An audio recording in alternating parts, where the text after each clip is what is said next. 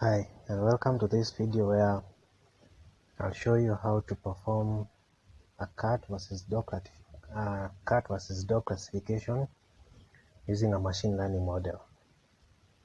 Now this one will also cover how to do chunking, and what chunking is providing data into the model instead of just as one whole batch at a single moment to train. It comes in small batches. So to show why this is the most preferred method, over here from a website called Stack Exchange, which is similar to Stack Overflow, where developers usually come to ask questions and give input.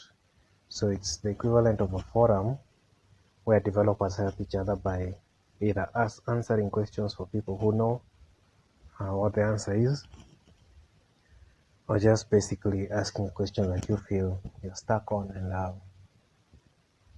basically if it's something that's unique, basically you've searched on the website and haven't found any questions similar to this, usually just ask the question. So over here we have a chart that shows three methods of training a model. One using stochastic gradient descent, so that's without any mini batch. Basically you can see based on this arrow, it jumps around trying to find the lowest minimum. So just to cover a bit of the basics of how a machine learning model works, it basically what it tries to do is similar to how algebra works. It has its internal function, which you can consider is similar to an equation like y equals to mx plus b, though that equation is more for a straight line. More so, for more complex machine learning models, it's a quadratic equation, which means the line can curve.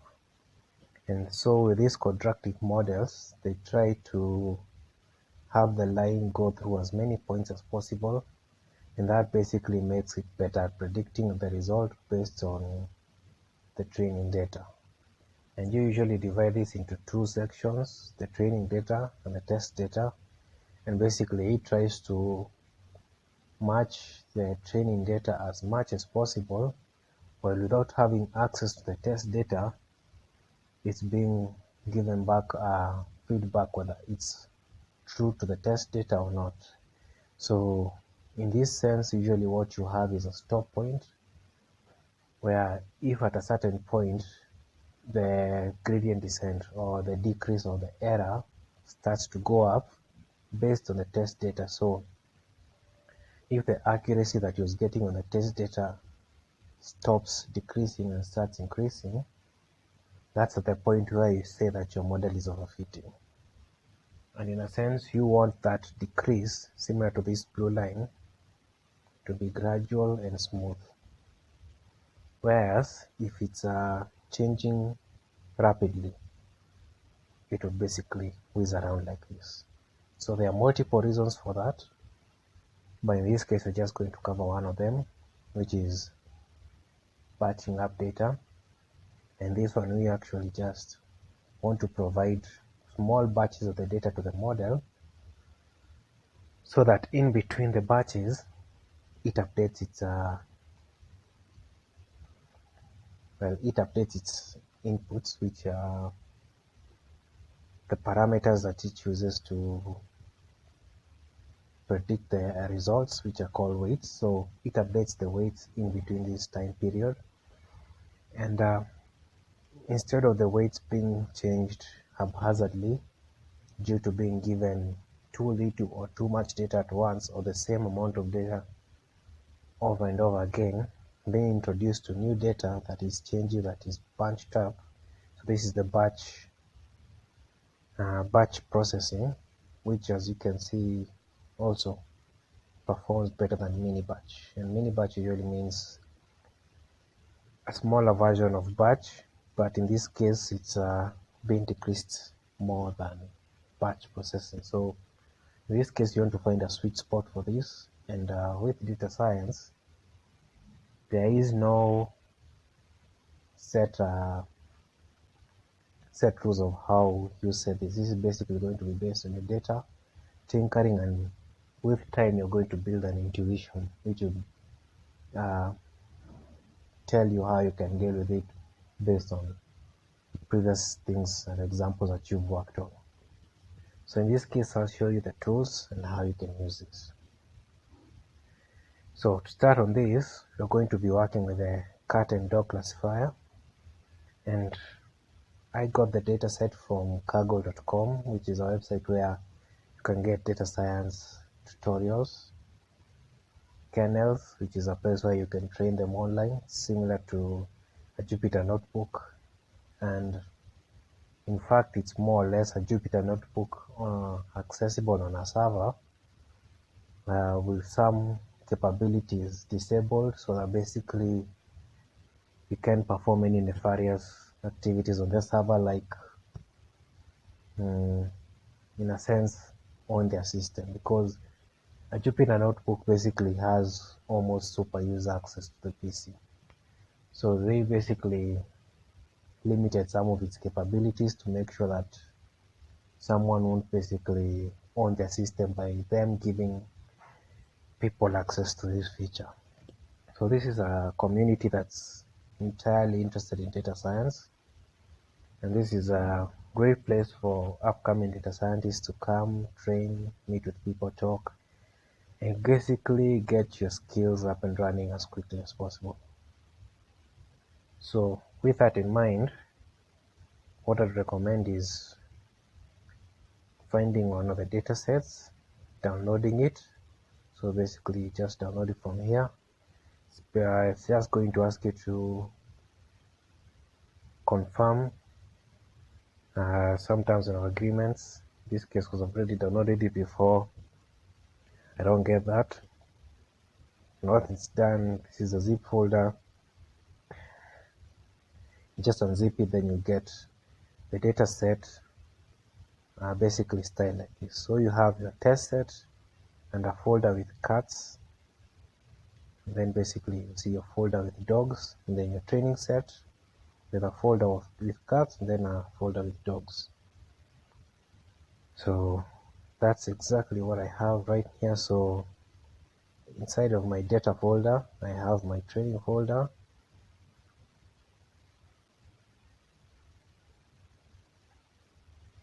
and inside it you get all the images. So this is actually the list of cats and dogs. So in my case, all of the information is just in one single folder. So looks like since the last time I worked on this, they updated the data set or how they style it, but I'll cover basically how this works, and it should be basic how to retrieve the data. So it's going to be as quick as possible, because in my end I actually have to go through an additional set of separating the two, because as you can see here, you have the cats and the dogs in the same folder. So in my end, I'll have to separate, but in this case, I'll also show you if you get data in this format, how you can also work it with it in this sense. So that's 25,000 images, and that's about 12,500 for each category. Same thing applies now for the test folder.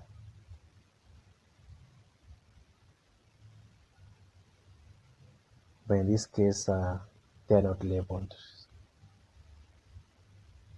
So what you get is a number of images that are not labeled, 12,500, and you basically have to determine whether it's a cat or a dog. And basically that's it. You have created your tests. You test data that will be now up and running, and usually what you finish with is, once you are done training, you submit your model, and then you're ranked. So that's how based on this community, you can learn and at the same time have an almost equivalent of a portfolio online of projects that you've worked on that can be peer reviewed and prove that given similar a similar issue or project that's near to real life work that data scientists actually do get, you can pick it up and get to the point where you're up and running as quickly as possible. So with that, now you have the data sets, and now we'll move on to the next step of parsing the data. So from the top here, I'm going to start with importing the data. Well, importing the modules that you're going to be using. And OS is going to be for listing the files, reading the files, and using that I can basically find out which files are in each folder, and then iterate over them and build my training set. This is just system, and later on you'll see how I'll be using it. CV2 is for OpenCV, which is an image processing application. And you have random, which now helps you randomize data. You have NumPy, which is an number. It's a number library for Python that handles digits better than the default Python. And in a sense, it's actually better with manipulating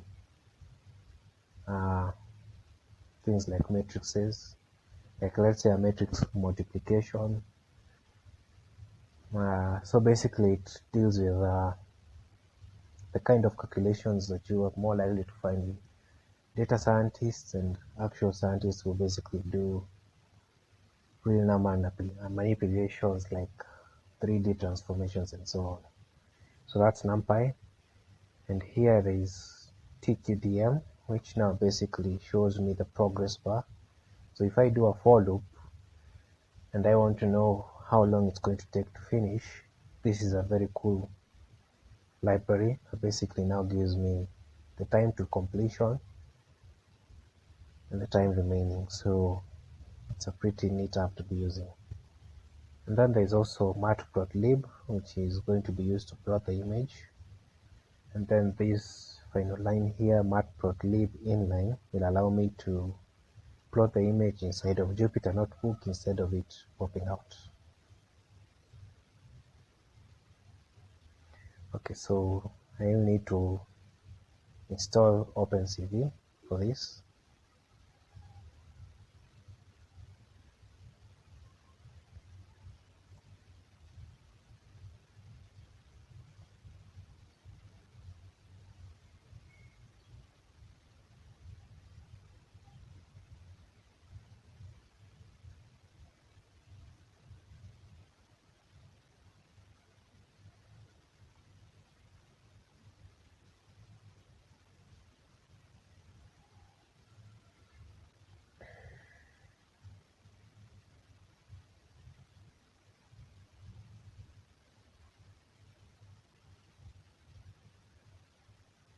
So it's actually possible to do this from inside a Jupyter Notebook.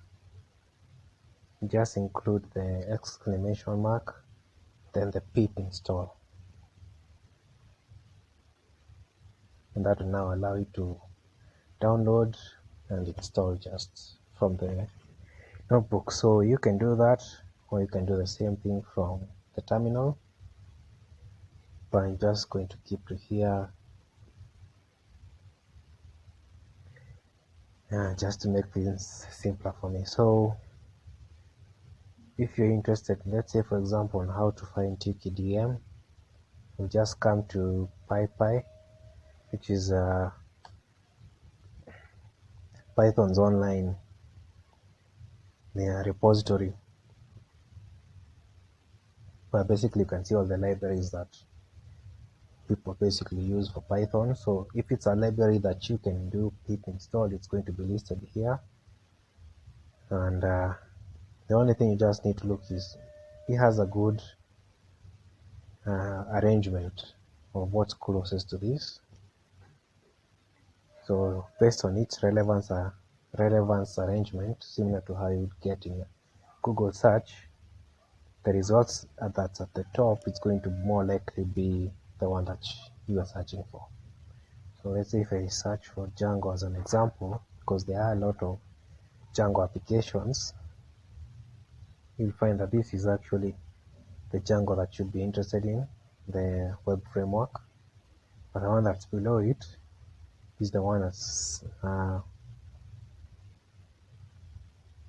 something that's basically closer to this. More likely it's a more popular extension for Django. Guessing 504 means it's meant to deal with 504 errors, more likely. And yeah, that's basically how you do it. And that's basically how, if you were to look at one of these and wanted to find out how you can install any of these, just basically search it.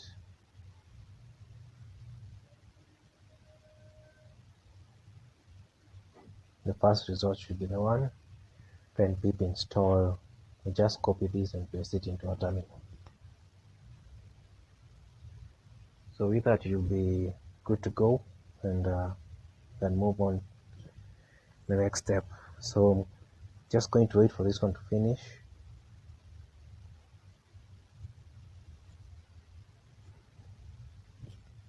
Okay, so just pause this one for now. Wait for this one to finish the downloading, then we'll continue. Okay, so OpenCV now has finished installing. So let me just run this.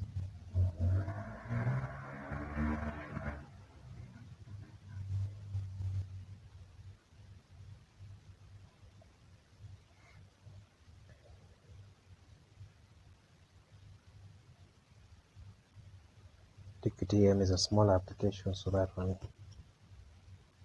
didn't take too long, and yeah, so you're good to go. So the imports have been run successfully, so now we can move on to the next step. So what I've done here is using OS, I'm using its internal function list.dir, which is basically list directories, and I want to see everything that's inside of the data folder.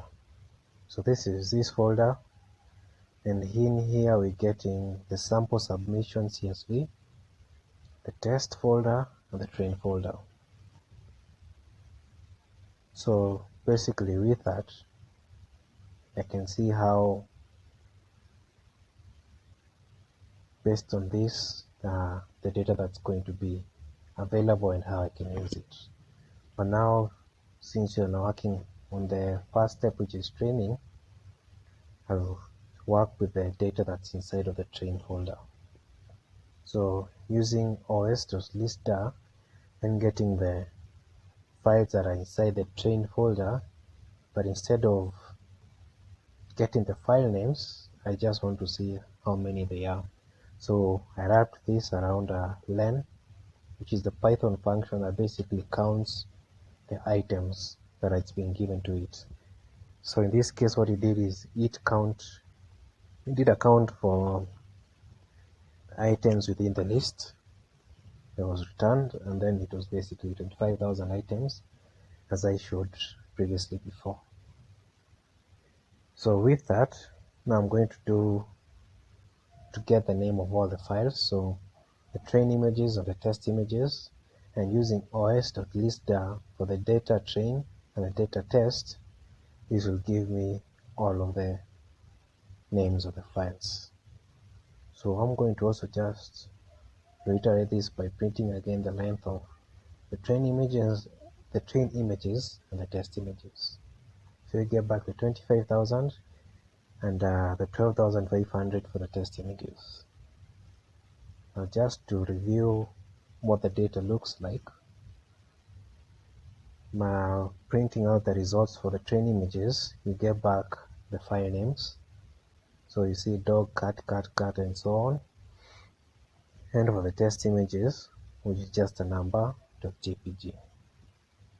So with that in mind, I now want to work with this and create my test dataset. So now I'm starting with the test images, and I'll show you why that's the case when I move on to the next level. So there are two things here to consider, which is working with grayscale images and working with only borders. Now I'll cover this one here, which will be seen as the edges, grayscale and colored. In this case, you're only working with the borders, as you'll see how it looks like. And if you are interested in what I mean by borders, I think I'll just show you also from the terminal.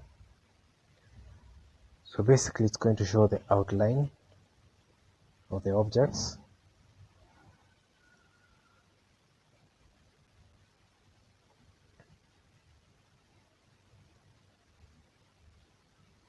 There was an example here that would be similar to this. So it's basically similar to this, where you just have the outline of an animal, and with that try and detect what it is.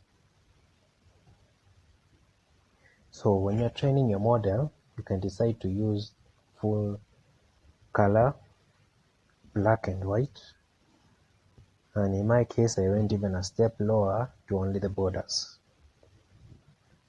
So the reason for this is the more data there is, the more the noise there is in your data. So for example, if you are training a data and in your data set you tended to have let's say dogs which are black as an example, majority of the dogs are black, you may be biased to expect that all dogs are black, and it may see in your test data a cat that's black and assume it's a dog. Now this is not a word-for-word example of the issues you'll be getting for working with trained data, but in a sense, since the model itself trains itself, you don't specify its rule set, that may likely happen. So training models, basically you design the shape. So how the deep neural networks has how many layers per basically each row has how many connections and how the connections work. But you don't dictate how they learn. It learns on its own. So based on that, usually people find interesting results or it's interesting solutions to find a way to deal with the problem, or basically find the best solution that can give you the best results. And so with that in mind, you want to give it data that has as little noise as possible and having less of a chance for it to think that the noise, in this case, it's possible to determine what a dog is even if the image is in black and white. It's also easy to determine a dog is if I just draw out the outline. So that was my take on this. In the same note, it would be just as easy to consider some other case where color is important and emphasize on color, because color helps what you want to look for stand out. An example for this would be a stop sign. So most stop signs are red and they have the word stop inside. And so your image classifier in this case can easily determine what a stop sign is based on its color, and then the text inside can be used as an additional way of emphasizing whether it's a stop sign or not. So in this case, in that case it'd be more prudent to use a colored training model than a black and white. So in that way, you may consider which direction to go. You may even decide to go with the outline alone and just know that with the outline of the stop sign you could determine what it is. But because the way outlines are determined using applications like OpenCV can have uh, the line it will not be a fully connected line. So there's usually at some point where the line may skip a few points. That may actually confuse your model. So in that case, that level of image processing to simplify it might create data that's harder for you to train. So if you have enough training data, that may not be an issue. But if you have a small amount of training data, you may consider uh, sticking to the original form of the image.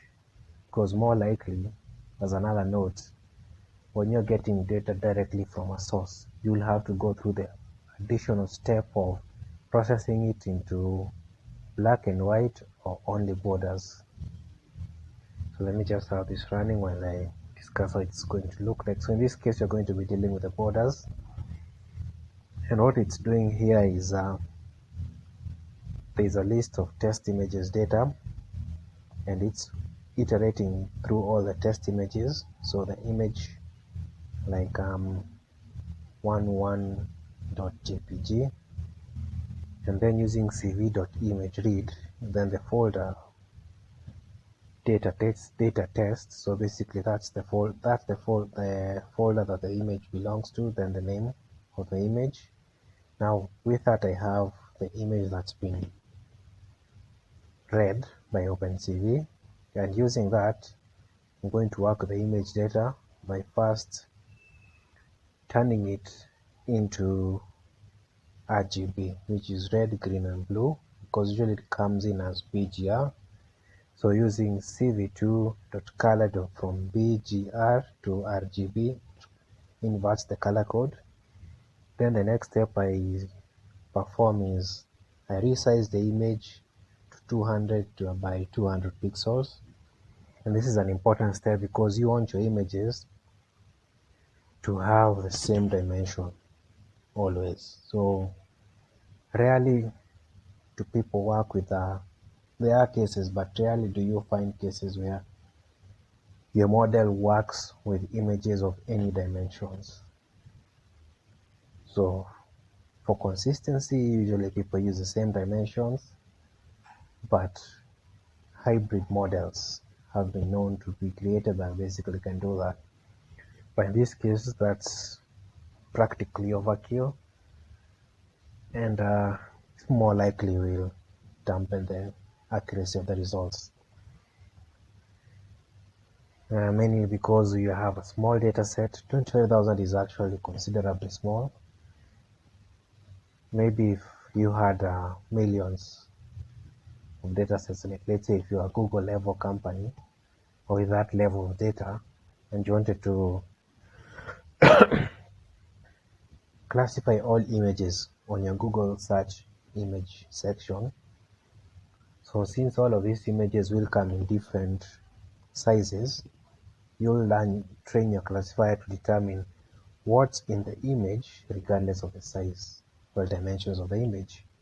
So this broad spectrum classifier, which is possible. So in this case, we have a classifier that is only classifying two sections, cat versus dog.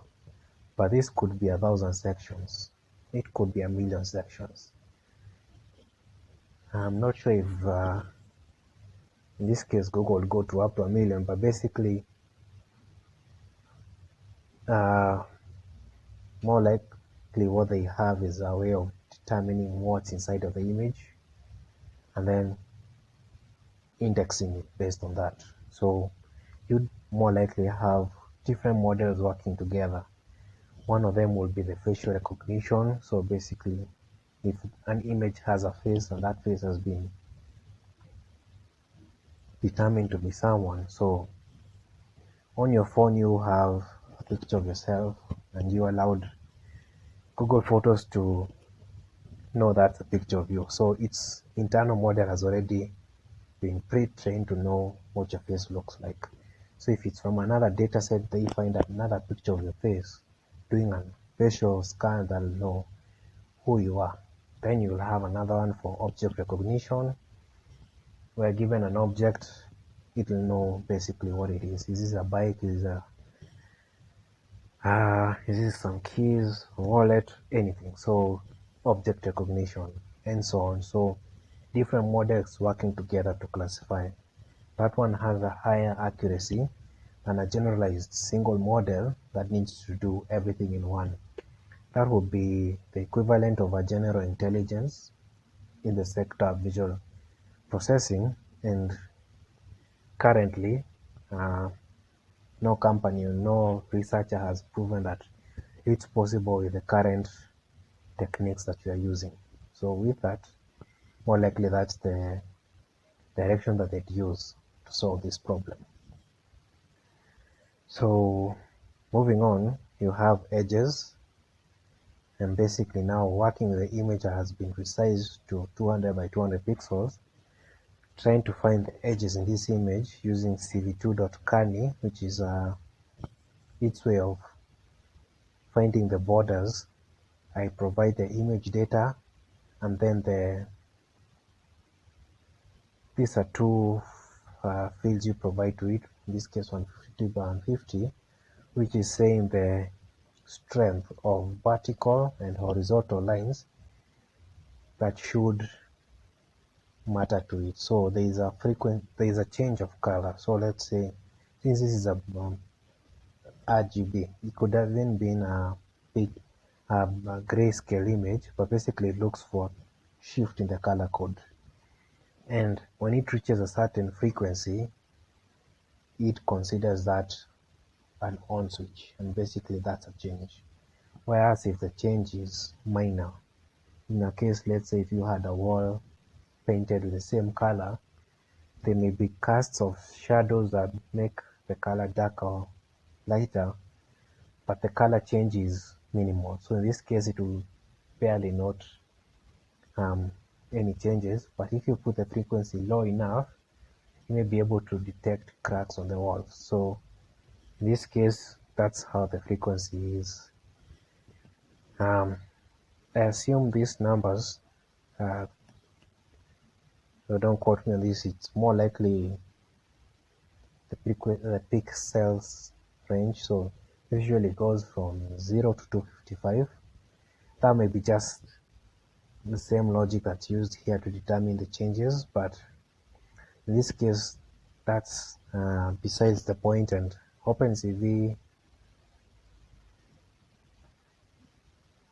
has a well-documented online, but they have a pretty straightforward online documentation on how to use their library. So if you're curious on how to use it, you can easily review their code and see how it works. But in this case, I'm going to skip that because this is just a small amount of pre-processing that's needed to get the data the way that we need. So finally, I have my list of test images data, and then I append the edges to this. So finally with that, I can now confidently say that I have my list of data. Now, one final step is turning this into an NumPy array. The reason for this is machine learning models expect data to come in as a NumPy array and only a NumPy arrays. So a list, well, a Python list isn't a NumPy array, though to a good degree they behave the same. So you can iterate over a NumPy array, but a NumPy array has additional ways of tweaking it and dealing with it. But basically, that's the way machine learning models manipulate the arrays. So that's why it would crash if I gave it just a normal list. And in a sense, you can just think of it as providing it with data in a format that best works for it. Okay, so to demonstrate how the image looks with the borders, what I've done here is using cv2.imageRead dataset, getting the first image from these test images, and then using cv.imageReadColor. Now I have my image. Then just to print this so you can see the file name, if in case I wanted to come here and confirm this, and then image equals to cv2.cvtcolor, then bgr to RGB. So with that, I have my image available, and now I can plot it. And now there's my image in full color mode. Now to turn it into black and white, all I need to do is add this. Not black and white, actually edges. So to get my edges,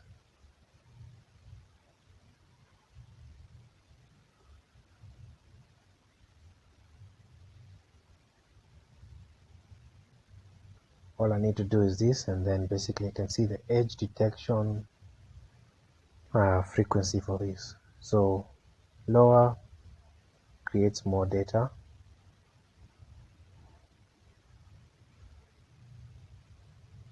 So in a sense, you can see here the noise is a lot, so you can barely distinguish anything, though at a certain point you'll find a sweet spot where you can somehow tell the outline. But in this case, you'd be working with an image that it's pretty hard to see the difference between one cone and another, because, well, the dog practically blends into the background. So the image is 11:5:22.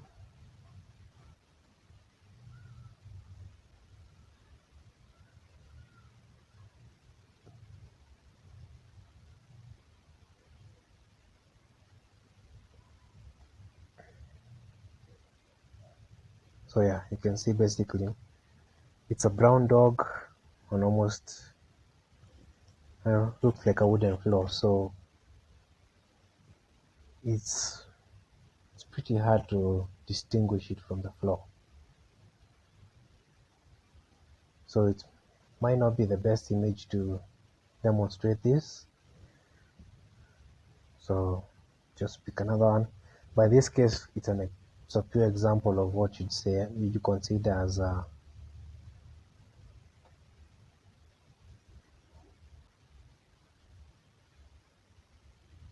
alright. So it's a good case to consider what will be data that is harder to detect. So harder for if it's actually given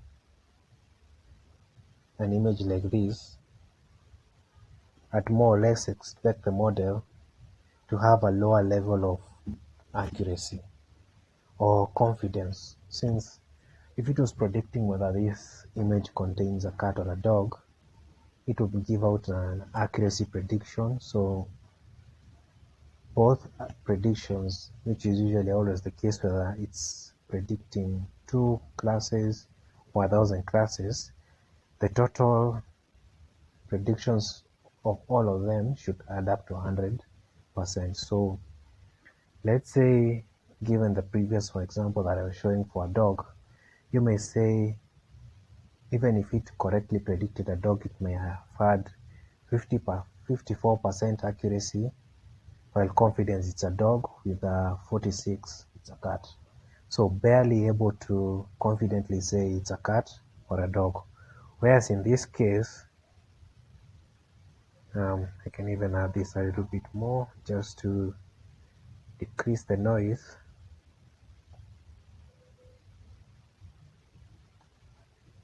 if I asked you to tell what's inside here, more or less, I'd expect a human to say more likely a cat. So in this case, if the borders are well defined, the accuracy may be more in the 70s or 80s confidence that it's 1 plus.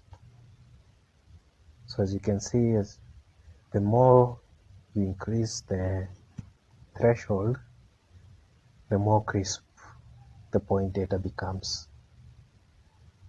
So that determines how noisy your data is. And interesting enough, the parameters for one image may be less better or less adequate for another image. So with that in mind, that's one of the reasons that I'd say for data that's more sensitive, you may consider this as a less feasible way of doing this. But what I wanted to show you with this is how to work with the more common two ways of image classification, which is using color, without color, black and white, and in my case, an additional step, which is just purely edges. So with that, you have your data set, and you can now work with that. So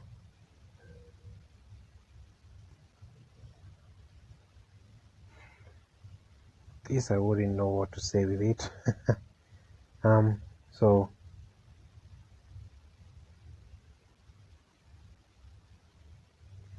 there's an interesting thing that I've seen being done. So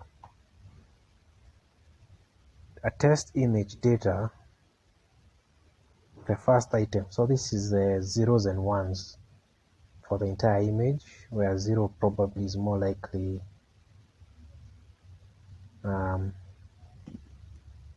black, if I'm not wrong, and okay, 255 would have been a certain color.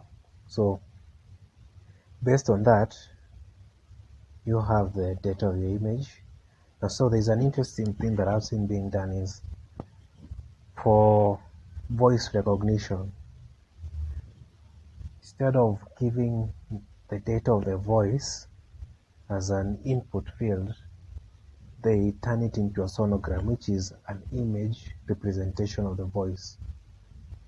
So it would look something similar to this, barely able for a human to distinguish or even comprehend what it is, but that level of accurate, detailed information is now sent to the classifier as purely an image, and with that, it can read a voice and reconstruct a voice based on only an image of what the voice is.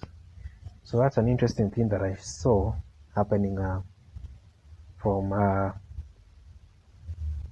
YouTube videos that basically show the recent developments in data science. So I was also curious, what if you are to consider if training your classifier with something similar to this. So in this case, this isn't data in its sense. What I'm doing here is I'm plotting an image. So if you're to know, if you're to consider to know what a plot is a bar graph. So if you're trying to graph a bar of an image, it's a weird procedure to do in the first case, and so basically the result that you get would look nothing like the original result. But I just wanted to see how it would look, if it would make any sense as an angle to consider as an additional step. But based on this, I'm highly skeptical it would make any sense. Plus, I would also have to do an additional step of saving this plot as an image or some other form of data and presenting it to the model. So since even you never actually do present your model an image, it gets back an array similar to this. There will be now another step of conversion of this plot to a corresponding array of itself. So the cyclical logic would be, if the plot is this, wouldn't the representation of these back to numbers be the same thing? Because you'd also expect feeding in the same amount of data will give you this. So that cyclical logic made me consider it's an interesting idea, and possibly I'll pursue it at one point, but at this point it's an edge case that might, if you are to present it, make you look more like a novice person than someone who's actually at the cutting edge trying something new.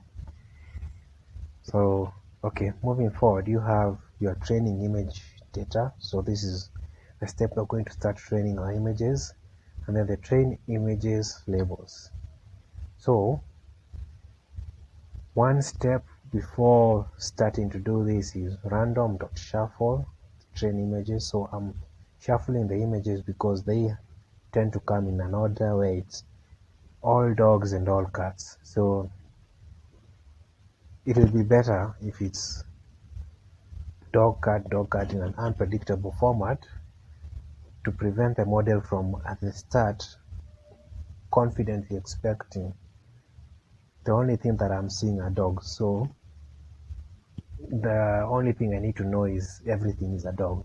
Then all of a sudden start getting cats, then without being able to distinguish the difference between cat and a dog, it starts shifting its interest to everything now is a cat. So that's something that can happen, especially for data that is supposed to be distinguished one from another. So with that in mind, it's a good idea to shuffle. So this now performs this shuffle, and if you actually now wanted to make sure that the shuffle is always the same, what you do is random.seed and then give it a number like 42. Now that one will make sure that it always shuffles the same. Now moving on now, using TQDM, I'll leave this running while we discuss this. So using TQDM, I'm going to iterate over the train images, and for each image in this list, I'll preload the data using cv2.read, which is similar to what I did at the top for the test images. Convert this into a RGB from a BGR image. I already also showed that previously. Then finally, well, next step is resize it to 200 by 200 pixel, then turn it into a borders only detection. Then I'll build my train images dataset, and then basically in that dataset append the edges. And for my labels, if the image starts with a cat, so for example cat.01.jpg, I know that this image was a cat, so in my train image labels I'll append 0, so I know 0 means it's a cat. Otherwise it had to have started with a dog, so train images labels to append 1. And with that, I have successfully built my train image dataset. Now, as I said previously, you would have had data at this point that's been divided for you into the two categories, which is a dog and a cat. And the same case for the test set, though in this sense this might be more likely for you to, well, I'm more likely to say that this is an easier one to cheat on because the test set has been labeled for you. So it's easier to just write a simple script that can convince someone that did that. But anyway, what you do in this case is, since your image dataset has been categorized into folders, what you do is, in here you'd have your train, then dogs, then trained your cats. So you'd iterate the two of them separately, preferably for the test at the top. You concatenate them into one whole group. So you would iterate over the two folders for the cats and the dogs, and you wouldn't the cool advantage with this is, since your test set here has been labeled, you can use this test set at the top to determine how well your model has learned. In my case, my test set is only numbers. So unless I manually build a true value set, so basically build, for example, a Python list that says a file with this name is a cat, a file with this name is a dog, a file with this name is a dog, a file with this name is a cat, and so on and so on. Unless I manually do that, so I can use this as my test set, there is no point in using it for this. This one is mainly used on the site to see how well your model has learned. So the site owner, well, basically the guy who provided this data set, has already pre-labeled this. So what you do is, with the sample submission,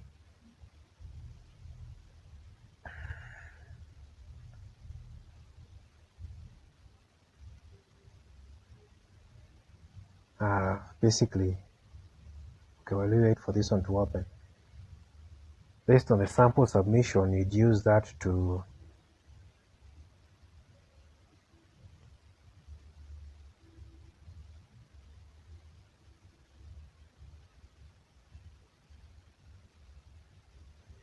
using the sample submission. So this one may actually take, okay, so it's in this section.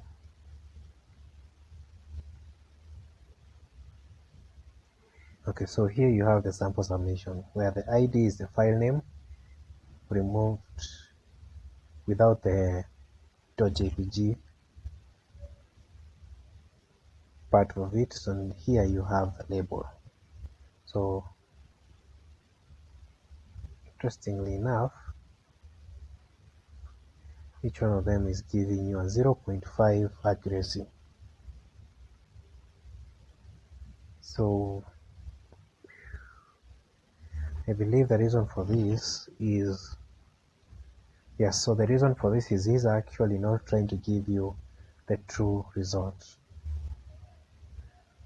From the web page, he would have given you the answers of whether 1 is a dog or 0 is a cat. And using that, you'd be working from here and then deciding whether to put 1 or a 0. Though the confidence is rarely that high, like I said, it's usually going to be like 0.9, 0.8, 0.2, and so on. So with that, you just have your model give you the results, you pre-list all of them, and then you're done. Then you provide this CSV, and then you'll get your own ranking based on that. So that's how you perform Kaggle challenges and get ranked based on the accuracy of your model. Now, so in this case, since the user knows this data, same case I believe in this one, you'd have a data set that's being used to determine how well a model is learned. But in this case, since I'm actually leaning more on using my training set, then splitting it with a small section for testing and a larger section for training, then this one is my validation set. Properly called a validation set because that's something that is separate from the two and is used to determine how well your model is learned.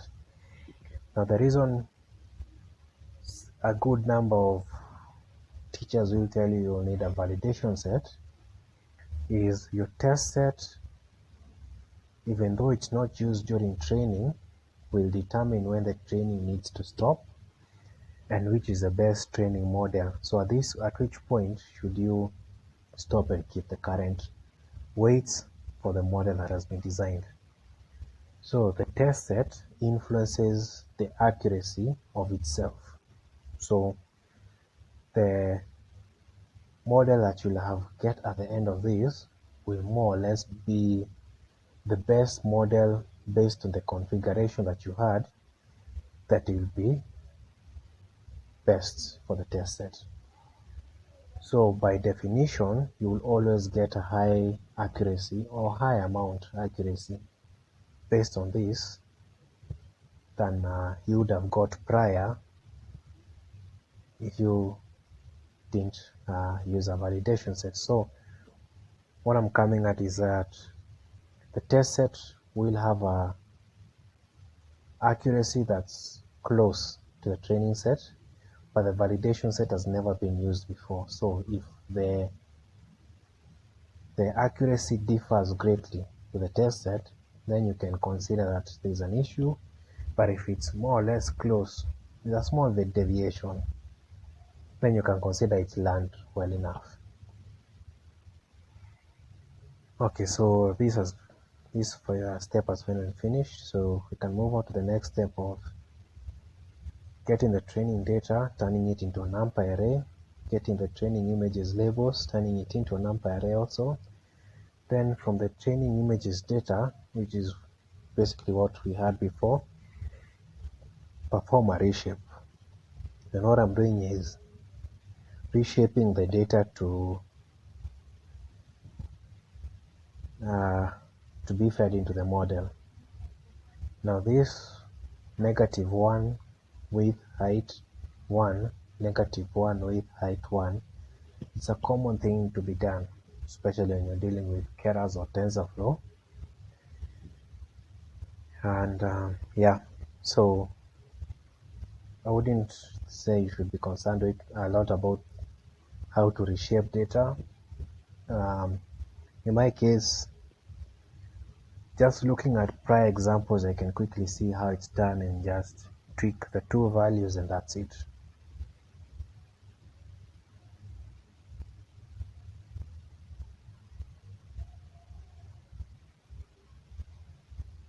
Okay, so cannot reshape an array of 25,000, shape of 200 and -1.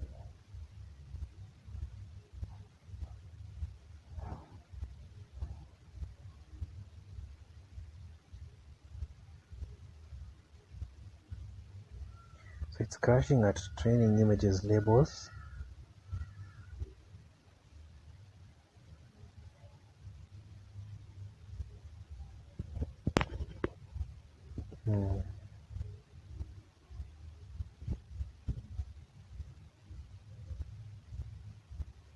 Okay, so yeah, the labels doesn't need to be reshaped because the labels isn't an array of images. So yeah, so that's my bad. And okay, so from Keras, to expound on that, the labels is just a list of zeros and ones. So the only thing I need to do is turn it into a NumPy array. Whereas what I was trying to do here is take the images, which would be just a single digit. Okay, so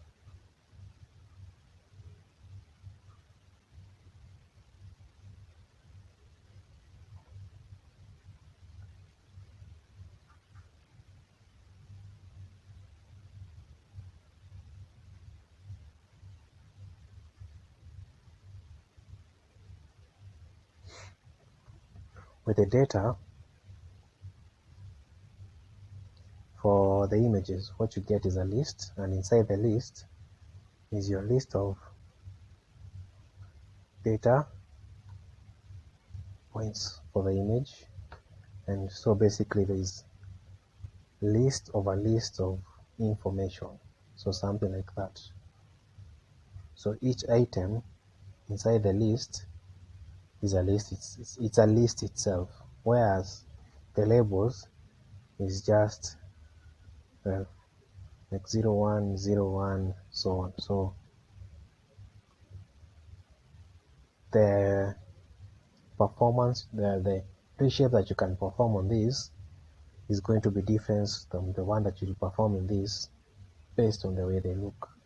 And so it makes sense for this because of how it looks, but it doesn't make sense for the second option. So that's why the second one was crashing. Okay, so now it's time to train the model. So from keras.model, import sequential. So that's the sequential model, and that's basically what's going to be the model that we're going to design. There's plenty of types of models, LSTM and others, but basically sequential is the most commonly used and it still works pretty well. So you have a conv2D, which is a convolution two-dimensional model.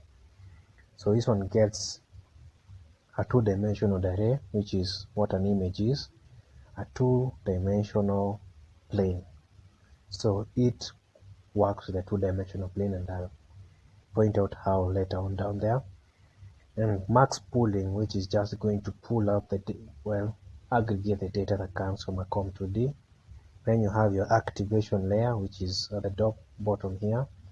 You have your dropout, which is, well, I'm using it at a certain point here only, but you can use it at multiple points, even in between layers. And as you can see here, you have this section of 3, this section of 3. So in this case, you have a three layer deep model. And then flatten, which basically flattens the results from the last layer. And then a dense connection, which basically connects all the connection from this. Using an activation of ReLU, performs a dropout of 0.5, so to prevent overfitting. Then fade it to now a final dense layer of 1, so they're going to be on and off. Then using a sigmoid function, which looks like a S shape, as you can see here. So you get a curve that says that it's going to be from 0.1, and based on that you determine whether this is a cat or a dog. So sigmoid are usually pretty popular for a pretty popular way of classification because of the S shape. So the curve is what's popular because it basically moves from the desired figure of 0 to 1, and even as the numbers change. So you can consider this line below here as the input field.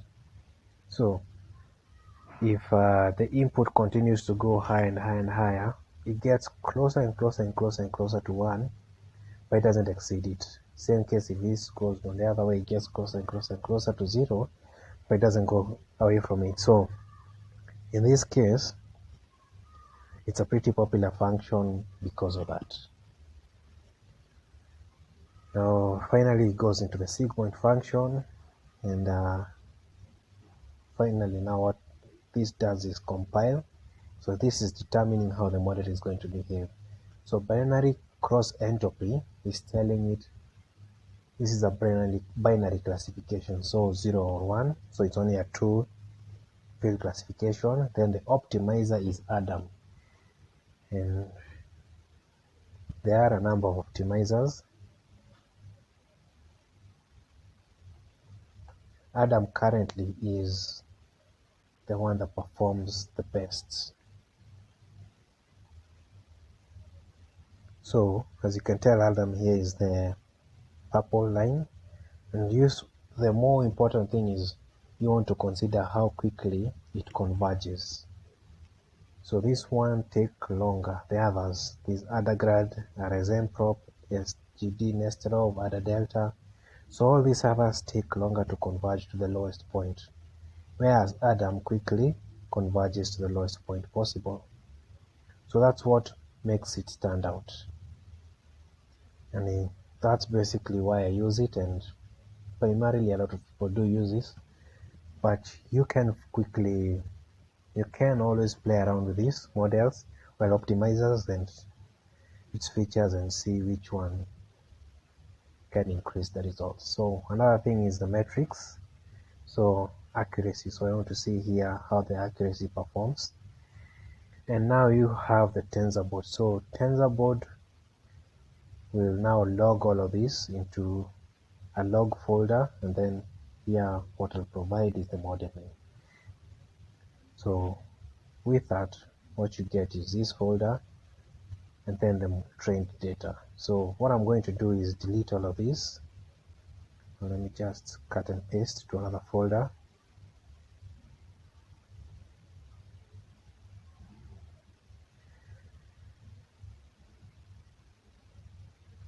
Because now with TensorBoard, you can actually see the training over time. So finally, model.fit, then training images, data, training images, labels, epochs, validation.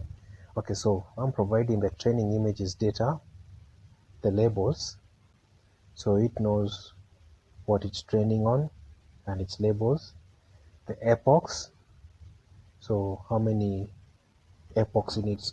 You can consider epochs as repeats, basically how many times it reiterates over the code. You have the validation split. So this is a cool thing with Keras. You don't necessarily have to split your data into training and test set on your own. You just specify the validation split. In this case, I want 20% of the data, 0.2 to be used as the validation split. And we'll do this split on its own based on the training data it's been given. So I don't need to do the split. It does it for me, which is pretty cool. So finally, you have the batch size, which you're talking at the beginning here, and batches usually greatly increase the accuracy over time, because what batches allow you to do is after it gives data to it with batches of 100 images. You want to make sure that the batches are not too large or too small. If it's optimally at a certain point, you will allow it to quickly learn and generalize on what it's seeing. Make it too small, it will have a harder time generalizing, and it will skip around more, equivalent to what you have in stochastic or the mini batch. Whereas with the batch, you get it to a sweet spot. Yeah, that's how you're going to get the curve that you get here. So with that, now you have the model and how it works.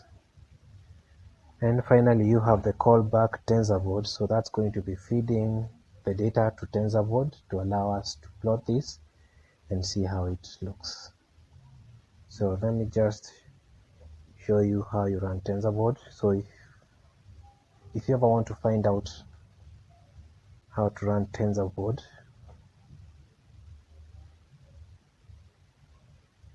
whenever in doubt, trust Google. So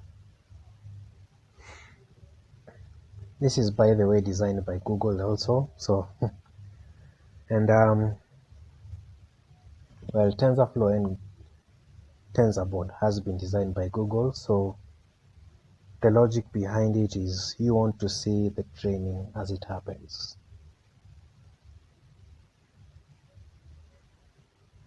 Okay, so let me just copy this.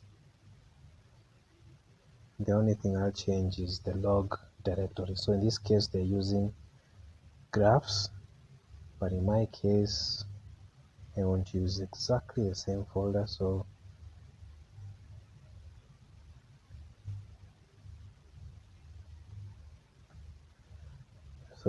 paste this and then logs.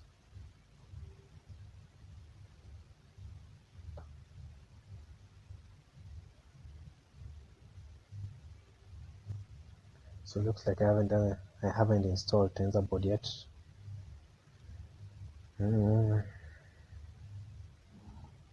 Pip install.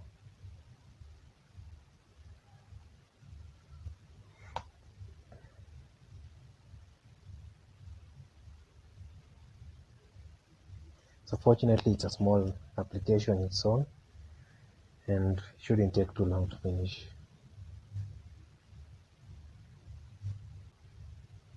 So once this finishes, you should be able to run this and from your browser see the training happen in real time and the graph update. So now this one can give you the confidence that your training is going in the right direction, or you need to stop and tweak the parameters to make it move better.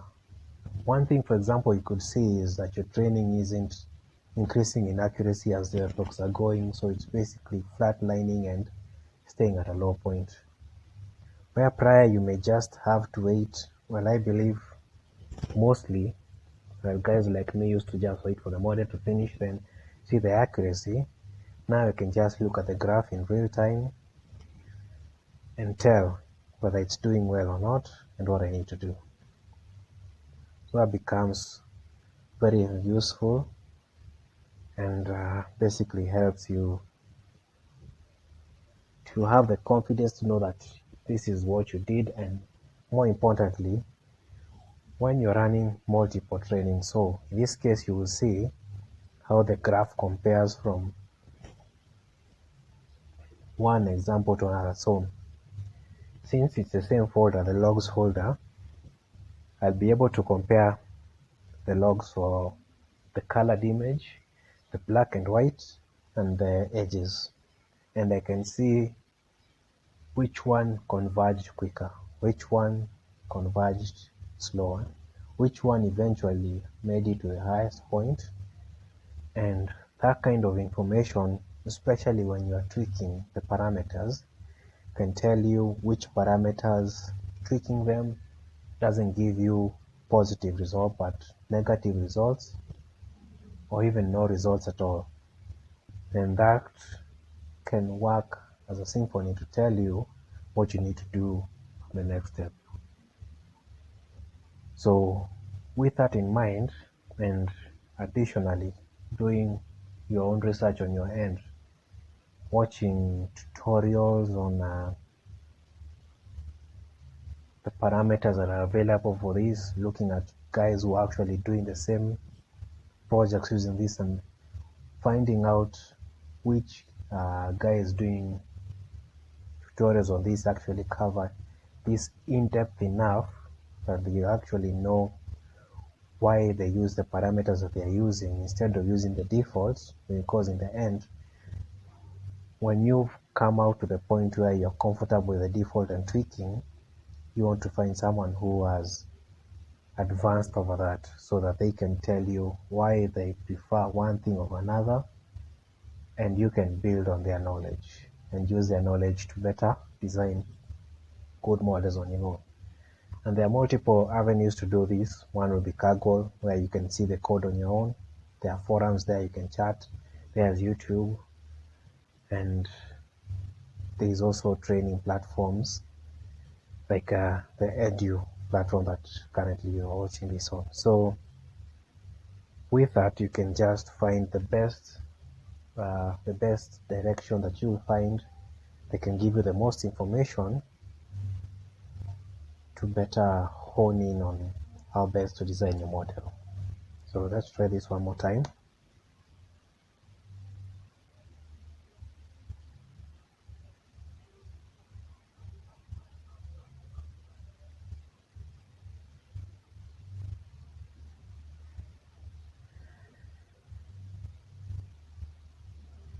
Okay, so it seems I need to install TensorFlow also.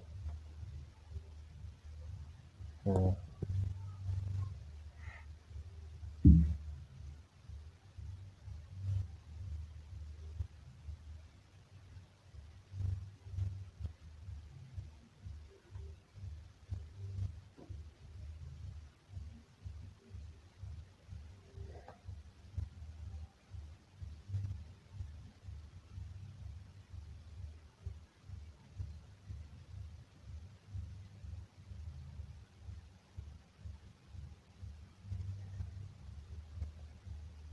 Okay, so this looks like it's going to take a while. It's about 86 MBs in total. So I'm going to pause this, wait for it to finish, then resume once it's done.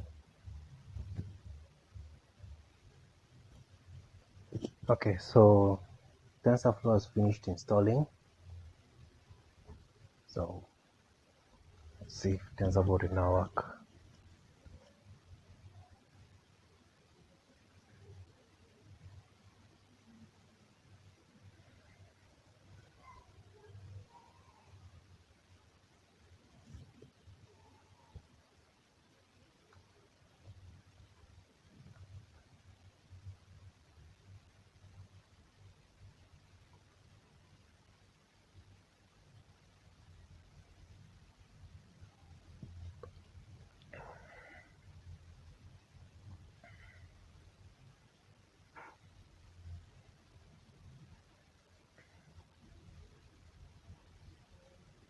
So guess what I think happened here is the command itself isn't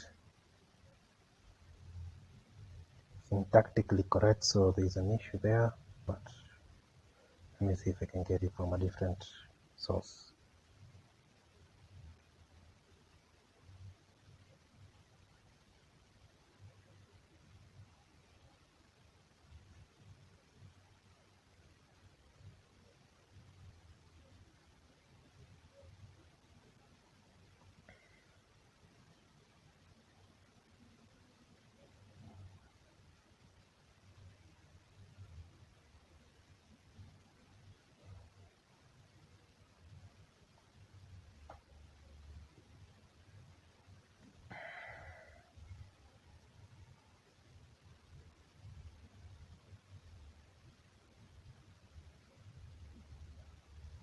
So with that, now it's running at localhost port 6006, and to start getting some data, what I'm going to do is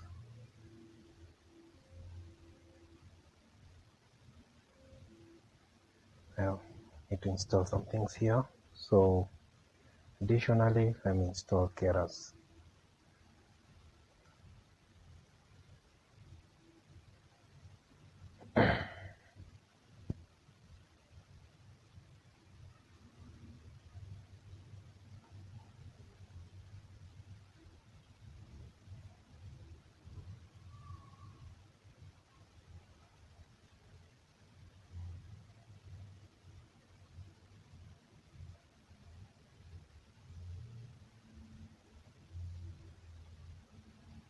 So once I install Keras, because I believe that's the only dependency that's now missing, I run now the model, and as it trains, should be able to now view everything that's running on the background and see how the model trains.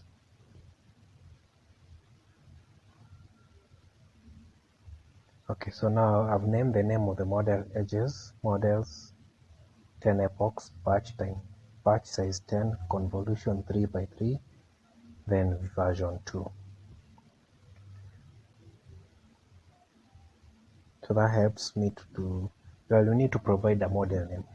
That's important because that's actually what's added here on the tensor board. And using that, I can differentiate between different models that I've trained. So that's different from the model name that I'll save, but I can use a different model name to save, but this is the model name used on the log folder. So while this runs, I can tell a little bit about how the internal works. So you have convolution 2D with 32 layers, 32 cells, with a 3 by 3 sliding window, which you slide through the 200 by 200 pixels looking for patterns. This will go into a ReLU activation, and ReLU looks usually like a, it looks more of a, well, it's a linear correlation, that doesn't give out negative numbers. So if you provide 1, you get 1. If you provide 2, you get 2. Provide 3, you get 3. But if your numbers are negative, you will get back 0. Same case if your number is 0. So this one prevents zeros, which are negative numbers, which is usually can kill any data moving forward. So basically, if the number is negative, you won't be able to see anything relevant. That's why we thought it's technically a good idea to use ReLU for this. So same case here, we have another convolution 2D with 32 3x3 model. The activation is ReLU. Then with the max pooling 2x2, so that now decreases the size of the results that comes from the convolution 2D, which actually now can be larger than the prior one. And then finally a final convolution 2D, which is 64 3x3. Activation is ReLU, and then a max pooling of 2x2. And as I mentioned before, it's flattened, goes through a dense layer, an activation of ReLU, dropout of 0.5. So you can go from, well, 1 would be a full dropout, which would be a bad idea. So you usually want something from 50%, which is 0.5 and lower, depending. A dense layer of 1, so that now make sure only one result goes through here, where here there will be 64 cells. And activation of sigmoid, and I mentioned that I covered everything below here. So with that, now you have a model training. So here it's saying you're training on 20,000 samples with a validation of 5,000. So this is 80%, and well, 80% and 20%.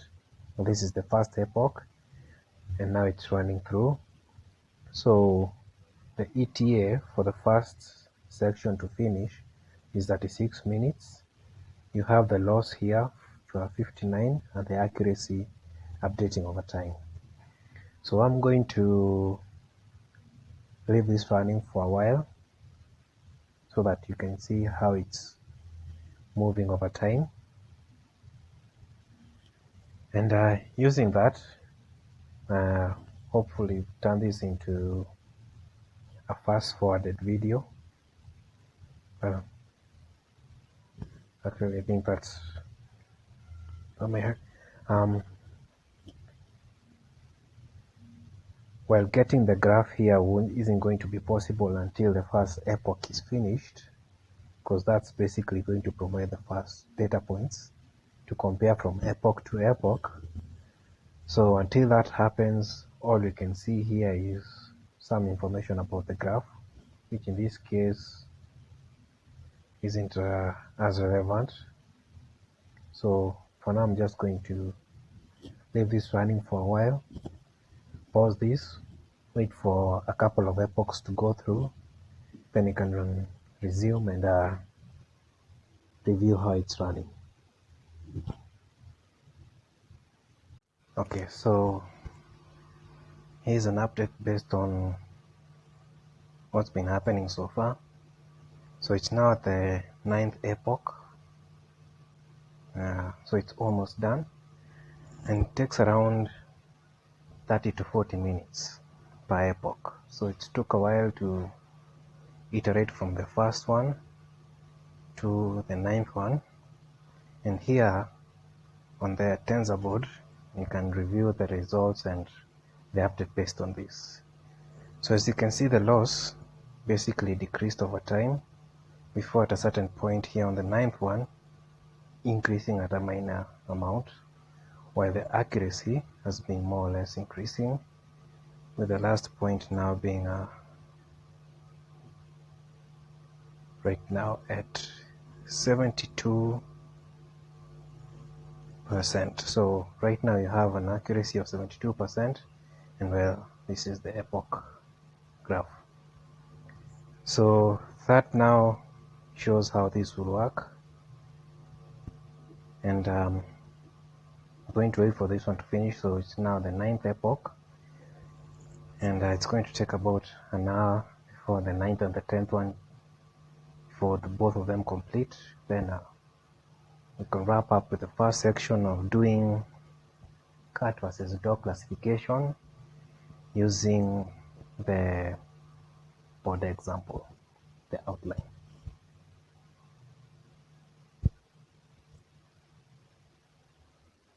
Okay, so the process has finished, and it's run the last epoch. So this is epoch 10, and the last accuracy now is 81%. So telling from this list here, you can review the accuracy and the loss. So you went from 55 to 64 to 69, 71, then 74, continuously increasing to 76, 77, 79, then 80. Now you can also see this from TensorBoard with a graph of now how the accuracy changed over time. So there's additional things that you can do with the features here. So like this one is called smoothing, which basically now smooths the line. You can consider it as doing an average so that the line feels less jagged. So with 0, you basically get a true representation of how jagged the line is, with a high amount basically trying to smooth it as much as possible. So in this case, you may see that the points may be less of a true representation of where they should be. So somewhere at around 0.5 to 0.6 is close to the real representation, which you can now see at the background here as a faded out line. Same case for this one at the bottom. So now you have two lines of the edges itself and the validation. So that's just basically now how it works. So now that this concludes the first video on